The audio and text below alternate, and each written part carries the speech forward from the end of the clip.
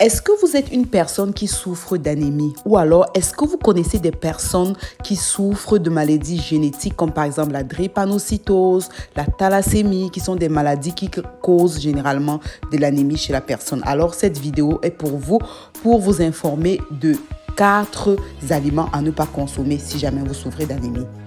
Sur cette chaîne, il est question de santé et de bien-être parce que je crois fermement que la santé est prioritaire et primordiale dans notre vie. Il faut d'abord être en santé avant de pouvoir accomplir tous les autres domaines parallèles à la vie. Donc, un exemple simple, si j'étais pas en santé, je pourrais pas vous faire cette vidéo YouTube vite fait. Donc, n'hésite pas à t'abonner pour avoir un max d'infos. Cette vidéo-ci est la suite d'une première vidéo que j'ai déjà publiée qui portait sur ma boisson favorite qui est à base de betterave qui permet de lutter contre l'anémie parce que la betterave c'est vraiment quelque chose, un fruit ou alors un légume qui est très très riche en fer, en acide folique et en vitamine C. Donc j'ai pensé faire cette vidéo à la suite de celle-là pour vous donner aussi des aliments qui sont à éviter si jamais vous souffrez d'anémie. Bien sûr, l'anémie par carence en fer, c'est l'anémie qui est la plus fréquente et les causes, je ne veux pas trop en discuter ici parce que j'ai discuté de toutes ces causes dans la vidéo précédente dont je vais vous mettre le lien juste au-dessus. Alors venons-en au vif du sujet. Qu'est-ce qu'il faut éviter si vous souffrez d'anémie? Eh bien, la réponse, c'est simplement éviter tous les aliments qui contiennent les tannins. Tannins, c'est un terme en anglais et cela correspond en français à des substances qu'on appelle les polyphénols. Et ce qui se passe, c'est que les polyphénols, une fois que vous avez absorbé cela dans les aliments, cela va au niveau du tube digestif bloquer l'absorption du fer. Donc, cela fait que votre corps n'arrive pas à absorber le fer dont il a besoin pour fabriquer l'hémoglobine et fabriquer vos globules rouges. Et conséquence, cela aggrave davantage votre anémie si jamais vous êtes une personne qui souffrait d'anémie. Autre chose, c'est que les polyphénols sont des substances qui sont présentes dans les aliments liquides et solides. Où trouve-t-on les tannins ou alors les substances qu'on appelle polyphénols? La première des choses, c'est qu'on trouve cela dans le café et dans le thé. Donc, si vous êtes une personne qui souffre déjà d'anémie, il faut éviter de prendre du café ou du thé au moment où vous prenez vos compléments de fer ou bien au moment où vous prenez un repas qui est riche en fer, comme par exemple la viande rouge, les fruits de mer ou bien même ma boisson favorite à base de betterave. Donc, évitez de prendre au même moment le café et le thé parce que les tannins vont aller bloquer l'absorption du fer à travers le café et le thé que vous avez bu.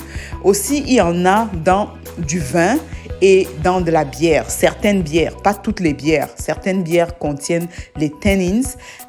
Du vin aussi, il y en a parce que le vin est fait à base de raisins et les raisins, généralement sur la peau externe des raisins, il y a une présence des tannins, de polyphénols qui sont déjà là. Donc avec la fabrication du vin, c'est sûr que dans le vin, il y aura aussi les polyphénols qui seront présents. Dans mes recherches, j'étais aussi étonnée de constater que dans le chocolat noir, il y a les tannins. Je vous assure qu'il y en a. Donc, si vous êtes une personne qui souffrait d'anémie par carence en fer, il faut éviter de consommer du chocolat noir au même moment que vous prenez vos compléments en fer parce que cela va aller bloquer l'absorption du fer au niveau du tube digestif. Et aussi, il y a les épices dont je vous ai mis la liste là avec les clous de girofle, la vanille qui peut aussi contenir les tannins qui peut aller jouer au niveau de l'absorption du fer.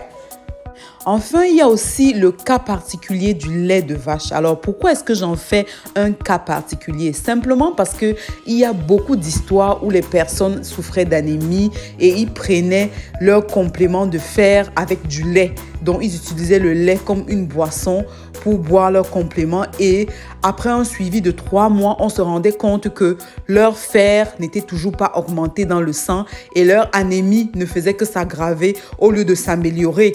Et la personne disait « Oh non, je prends vraiment mes compléments de fer très au sérieux ». Alors, c'est pour ça que j'ai pensé à faire un cas particulier avec cela parce que dans le lait de vache, il y a ce qu'on appelle une protéine qui est la caséine. La caséine se lie au fer dans le tube digestif. Donc, si jamais vous prenez au même moment votre fer, les compléments de fer, que ce soit les comprimés ou bien que ce soit une alimentation riche en fer, comme par exemple les viandes ou bien même ma boisson favorite à base de betterave, si vous le faites au même moment que vous buvez du lait, ce qui va se passer, c'est que la caséine va se fixer avec le fer et empêcher son absorption au niveau du tube digestif. Donc au final, vous n'allez pas avoir le fer que vous tentez d'avoir en prenant vos compléments de fer ou bien en prenant des aliments qui sont riches en fer. Ce qu'on conseille, par contre, si vous aimez vraiment boire du lait, c'est d'attendre 2 heures de temps et de prendre votre lait soit 2 heures de temps avant ou bien 2 heures de temps après. Alors, on se dit à bientôt pour une autre vidéo santé!